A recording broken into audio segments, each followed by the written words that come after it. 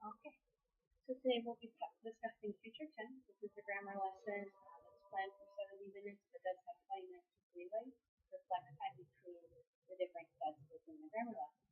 So today we'll be working with future tense, mostly focusing on contractions and negations. This is for about 8th grade level ESL students and does require past knowledge of future tense and reasonable completeness with it. We're going to start off first with my grammar objectives, which is a future, present tense, and utilize simple future forms correctly in a range of descriptions. So not only to use them comfortably, but also to use contractions and negations at a very comfortable level. And it is the learning goal of this grammar lesson is to relate future plans with personal, relatable characters so that students are comfortable enough to talk about their future plans and to complete complex sentences to describe those plans. So, first, the warm-up is the first part of the learning lesson, and it's about 5 minutes, and that's to review future tense and to go over using call and response, getting students to create future tense in sentence formation, and kind of bringing that, what they know from the past, into this lesson clearly. So, warm-up for 5 minutes would include filling in sentences such as reviewing what a future tense looks like and what they know from the past. So if you want to start off with a simple sentence that they should be comfortable with at this point, the Bill will have gone to leave by then. Okay, so Bill will have gone to leave by then. So what that means is it's using the basic breakdown of will plus have plus past participle.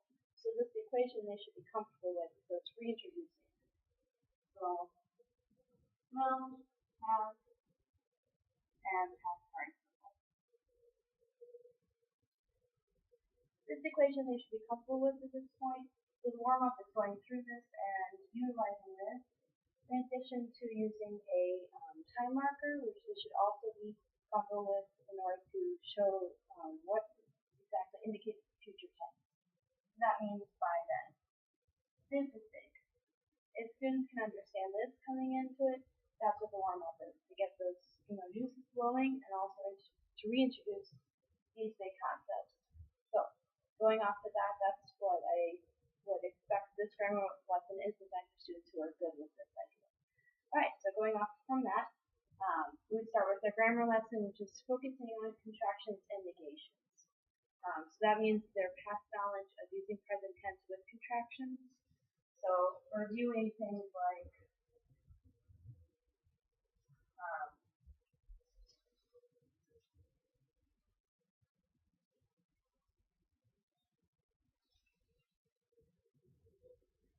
you aren't, you are not, which is good, they're both good. So it's important to clarify what that means when we're talking about contractions. And next would be step up into negations.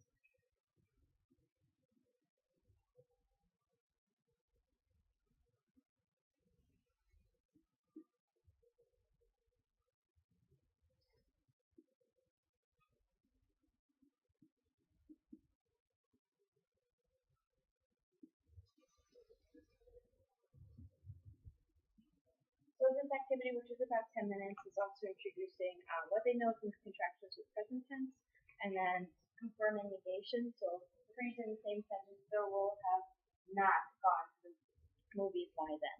So not only are we using the will plus the have, but we're slipping a negation right between our past participles, but still has time stamp. So these parts of the sentence is what we will review, contractions and negations for about 10 minutes. Drawing my marker, and then we'll go into our 20-minute character activity, which is the big activity for the lesson after the first chunk of it. So for the character activity, students will be broken up into groups of 3 or 4, so reasonably small, and clustered together throughout the classroom, and we'll be giving a character profile. So these character profiles have there are a few characters in the class, but they're given this paper that has a photo of the person, hobbies, and what they would like to do in the future. So let me draw out what they would kind of look like.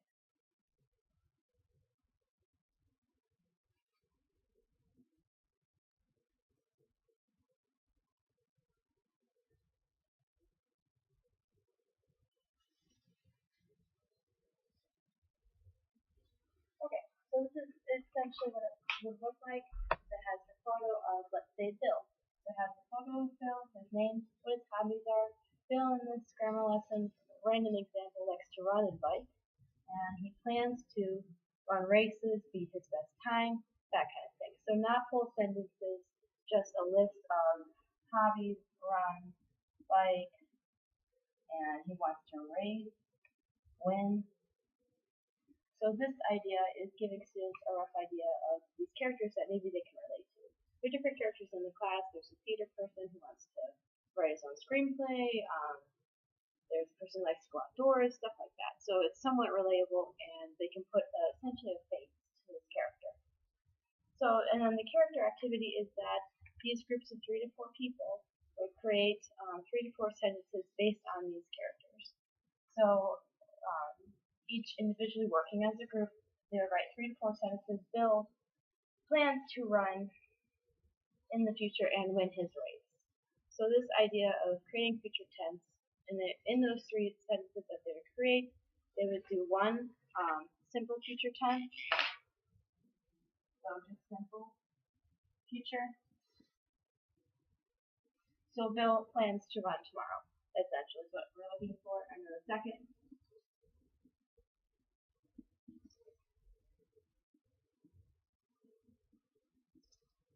okay, so the first sentence would be simple future tense. The second one have a contraction. Bill won't be able to run the race tomorrow. Something like that. And then you're also looking for a negation. So these 3 main components would be introduced and created by the students. And they go around the room. Each group would share a sentence or 2 from the students, and then we would move on. So that's about 20 minutes. And then the next big activity would be the clock activity. So the clock activity can be done with just a dry erase and a marker, which is essentially the materials for this grammar lesson, by the way. There's a dry erase board, markers, the character profiles, which can be easily printed off, and students can, of course, pen, paper, pencil, whatever, and note cards. So the clock activity can be done with laminated hands, but it also can just be drawn on the board. So the clock activity would be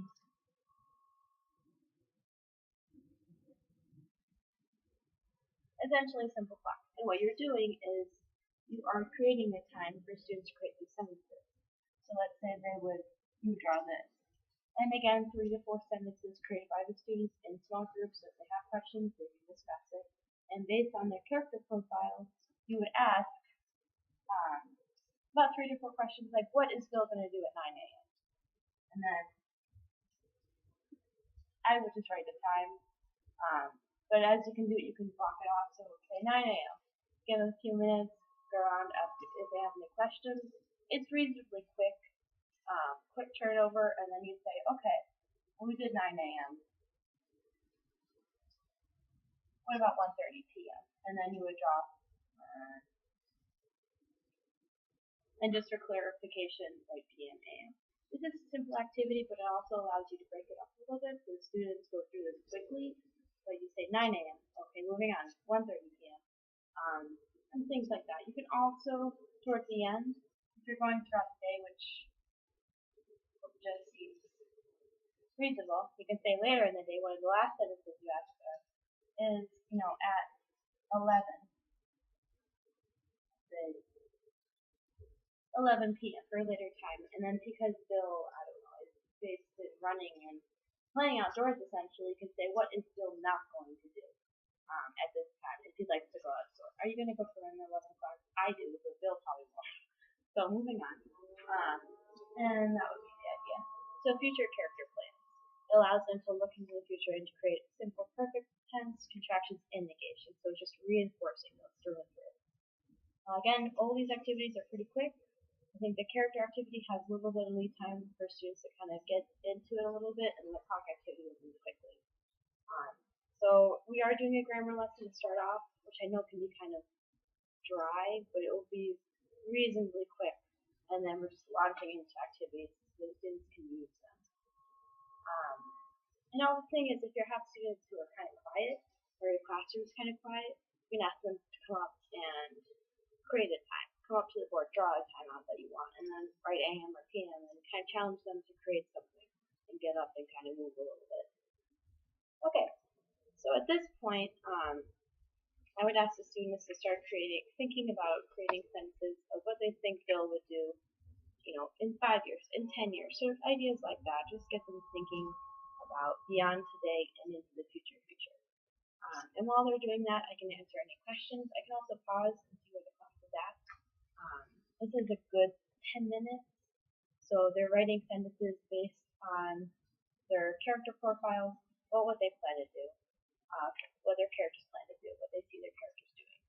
So again, sticking to 3 to 4 because it's not too much, but it gets them thinking and moving their minds in the idea of future tense.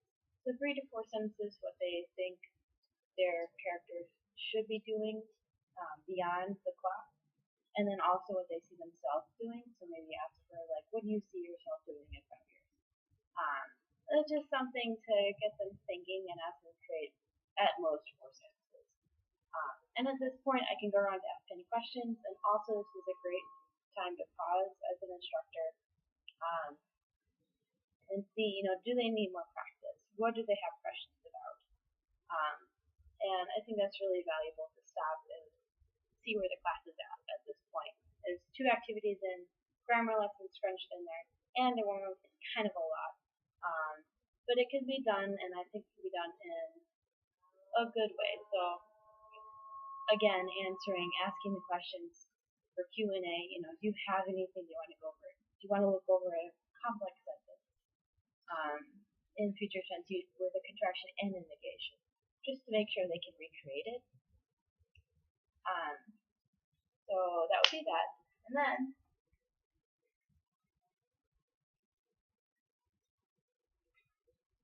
And then we would go over the homework assignment. So the homework assignment would only really take 5 minutes to go over, and it'd be 5 sentences for their future plans. Again, this is what they started thinking about when I was taking that pause and answering any questions, is I would ask for 5 sentences of what they plan to do using simple future tense, contractions, and negation. So it'd be real quick to go over, just ask them 5 sentences on a separate piece of paper, just to, really confirm that they know what they're talking about and that they're comfortable using it, which is the most important. And then at the end of the lesson, note cards would be dispersed, and they would be told as your exit card or exit strategy, whatever it's called, exit path. There you go.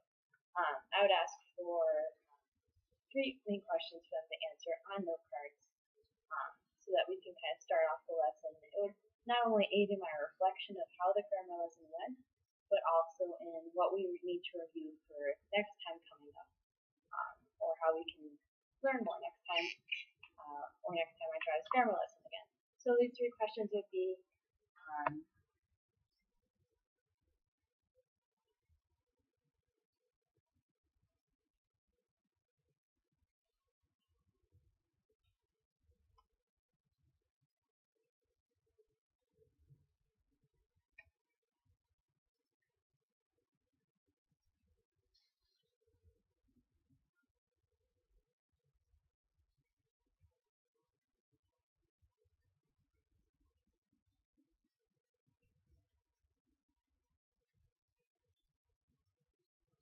okay, so these 3 questions are simply, what have I learned today? And hopefully it's a contraction and negation in simple future tense. And then what confuses me, what I don't get, and then also what I want to review. So these are 3 basic questions, but I think they reflect a lot and get the lesson to be a little bit more cohesive in a student's mind.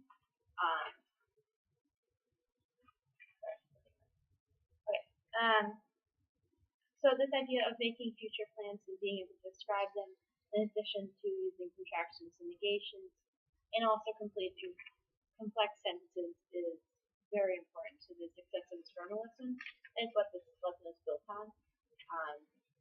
Within that instructor pause, just to skip back for a second, it's also a really good idea to kind of consider the community of students that you're working with. So yeah, they're 8th grade level ESL students, but what is their first language?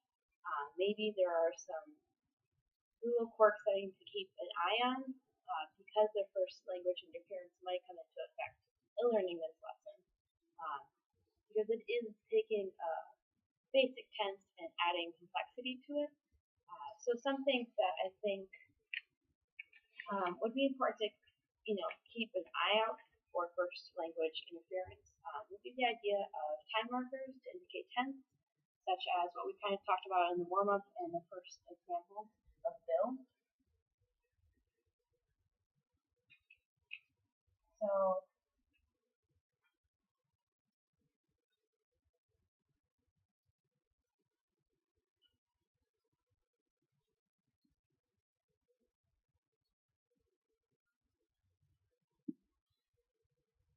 okay, so something that is a good thing to look out for is the idea of using time markers, and maybe they didn't, some language interference might include that they didn't include time markers. So such like by then, or some others. Oh, hang on. By then, by tomorrow. Where is it?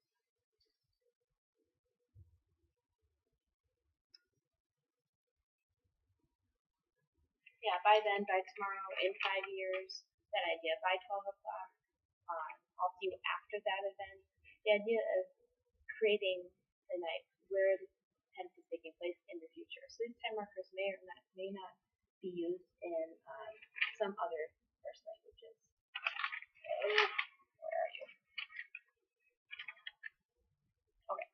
And then also something that might be a little different because it is English kind of based is this idea of will, have, gone.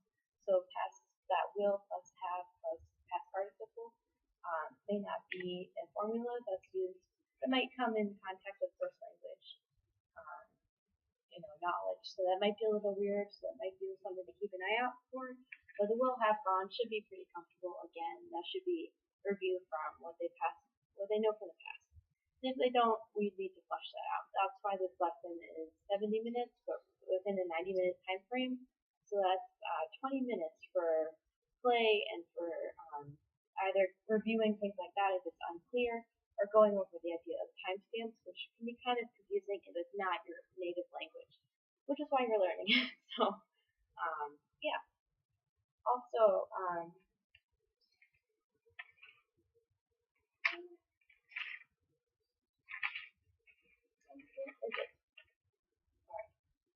yeah, P4 because by the time, even if, unless, whether, those kind of things. And an idea of a complex sentence, which I think would be good to review with the lesson, is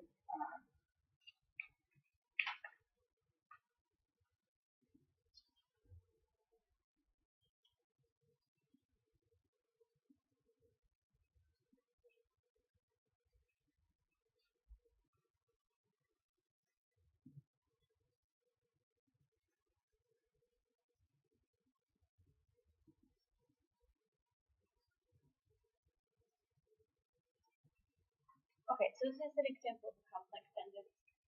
This is something that is good to review or challenge students with if they're getting it.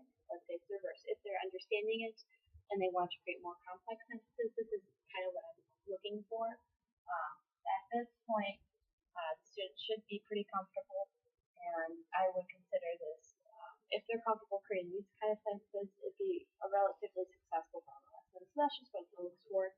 And why does it look like that? Will, have, had, so it's will plus have plus past participle, which they should be solid on, in addition to a contraction, and also a negation. So this idea of events not happening because something else has happened in the future if they're comfortable at this level, so. If they're not, it's something to challenge the students with, or maybe bring it back to more simple sentences. That's essentially it, and the idea of this grammar lesson, just to verify, so at this point in my reflection of this lesson, I would hope that the learning goals will be achieved, which is the students have the ability to relate future plans with personal, relatable characters, and that they can go home and create sentences about their own future. And then also our grammar objectives that should be reached. Students are able to use future present tense, future perfect tense, and they should be able to use that comfortably, but also be able to, approach and create these complex sentences using projections and negations. And that's the grammar lesson.